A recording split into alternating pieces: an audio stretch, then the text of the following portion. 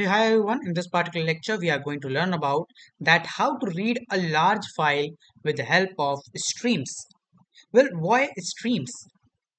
If you can see here, I have given an example for you. That is, when you work with small files, right? You simply use fs.read file method to load the whole file into the memory, right?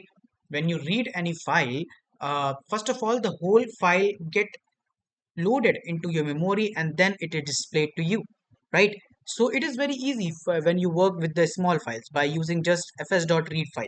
But when you are dealing with very large file, right, and some logs, videos, or any big csv file, in that particular case loading the whole file into the memory before reading could lead to the crash of your app, right? Because it will use too much ram memory, right? And it will slow down the process, and that's where we need to use the streams, right?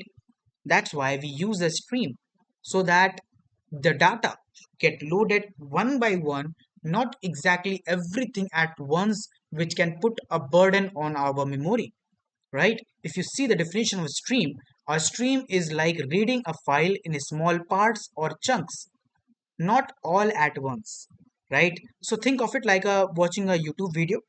You cannot download the whole video first, you stream it, right? So if you are watching this particular video, you can see the YouTube is giving you that particular video in some chunks, right? 4 seconds, 10 seconds, and there's a white strip there, right? So with the help of that, the video content is coming to you in the form of chunks, right? So this is why this stream is important, and how we can do it with for the big files like this. As you can see here, I'm having some 10,000 lines here. You can see some 10,000 lines like this. So this is how we actually use read stream, right, for these kind of files.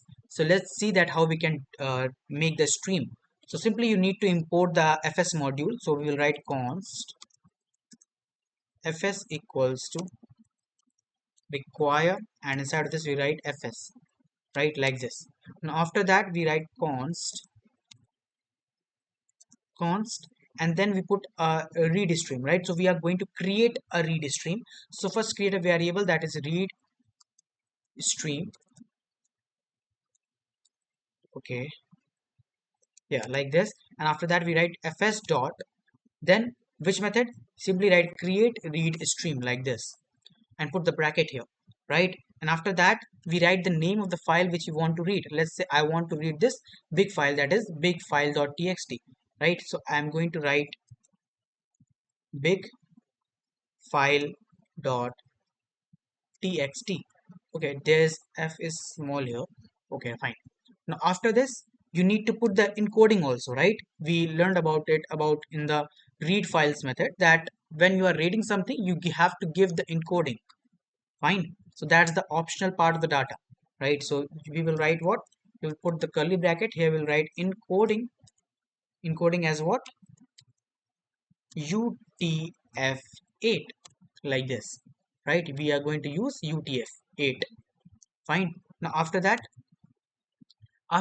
we will put three different line of codes, right? Inside of which we are going to use that read stream dot on method. How it will work? Let me show you. We will write read stream dot on, right? Then put a bracket here. After bracket, put the data like this, and after that function, and inside the bracket you put the chunks. That is basically a parameter, right? Chunk. And after this we will just print that particular chunk, right? So we will write console dot log, and then the received chunk, and in the next line all the chunks will get printed, right? Okay, fine. Now let's go here, console dot log, and here we will print those chunks, right, like this. After doing this, now we want to end it also, right? So on end, when all the chunks get loaded, now we want to end. So data is for taking out all the data, and for ending it we use what? End here. Just copy it like this and paste it here. Now inside this data we will write end here, right? And after that, after when the whole function will run, we don't need a parameter this time. Just remove this chunk, and inside this we will write finished reading file. So when all the chunks get loaded and the whole file get readed, in that particular case I want this particular line to get printed, right? Yeah.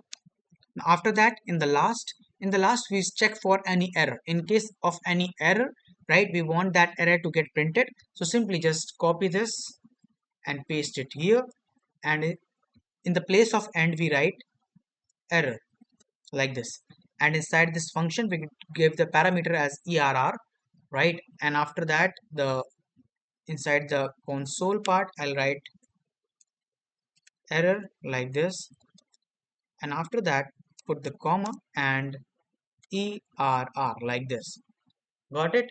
Now by this, first all the data will get loaded in the form of stream, right? And after that, when it get ended, this particular line will get printed, and in case of any error, this particular line will execute, right? So let's see that how it is working, right? So I'll just save it first, and we'll go to the terminal, and okay, let me just do it. Okay, now we will write node here, and the main file, that is script.js. So script.js, press the enter, and let's see that the whole data is either getting printed or not. So you can see the whole data get printed in some milliseconds because the streaming is very fast, right? But it get loaded one by one. It cannot be viewed easily with your eyes, but it is what happening in the memory, right? The whole data is coming one by one in the form of chunks. So by this, we have learned that how we can create a read stream in Node.js, and by which we can read the data in the form of chunks, right? So this is all for today's video. Thank you so much for watching. Goodbye.